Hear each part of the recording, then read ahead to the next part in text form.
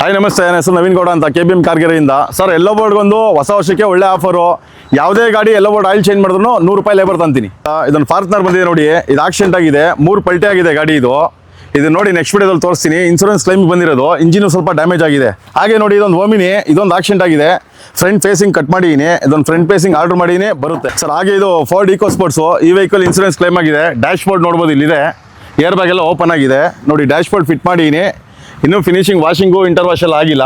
ಇದನ್ನು ಮಾಡಿ ತೋರಿಸ್ತೀನಿ ನೆಕ್ಸ್ಟು. ಇದೊಂದು ಇನ್ಸೂರೆನ್ಸ್ ಕ್ಲೈಮಿಗೆ ಬಂದಿದೆ, ಮಾಡಿದ್ದೀನಿ ಇದನ್ನು ಆಲ್ಮೋಸ್ಟ್ ಎಲ್ಲ. ಇದನ್ನು ಫೈನಲ್ ಸ್ಟೇಟಸ್ ನಿಮ್ಗೆ ಹಾಕ್ತೀನಿ ಸರ್. ಈ ಗಾಡಿ ನೋಡಿ ಇಂಜಿನ್ ಸೀಸ್ ಆಗಿದೆ, ಕೂಲೆಂಟ್ ಆಯಿಲ್ ಇಲ್ದಂಗೆ ಗಾಡಿ ಓಡಿಸಿದ್ರೆ ಇಂಜಿನ್ ಸೀಸ್ ಆಗಿದೆ. ಟೋಟಲಿ ಇಂಜಿನು ಎರಡು ಸೇರಿ ಸರ್ ಈ ಗಾಡಿ 60,000 ಮಾಡ್ಕೊಡ್ತೀನಿ ಸರ್. ಸರ್ ಇದೊಂದು ಕ್ವಾಲಿಸ್ ಬಂದಿದೆ ನೋಡಿ, ಫುಲ್ ಹೆವಿ ರೆಸ್ಟಿಂಗ್ ಗಾಡಿ.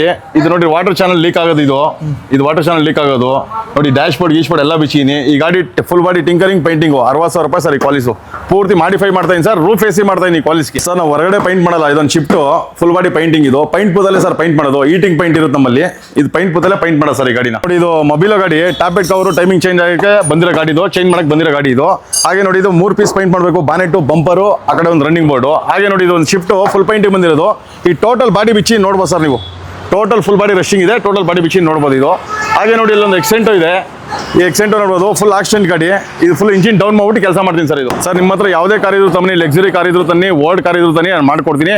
ಬನ್ನಿ ಸರ್, KBM ಕಾರ್ಗೆರೆ ಬನ್ನಿ ಸರ್. ಹೆಚ್ಚಿನ ಮಾಹಿತಿಗಾಗಿ ನಂಬರ್ ಇರುತ್ತೆ, ಕಾಲ್ ಮಾಡಿ ಸರ್.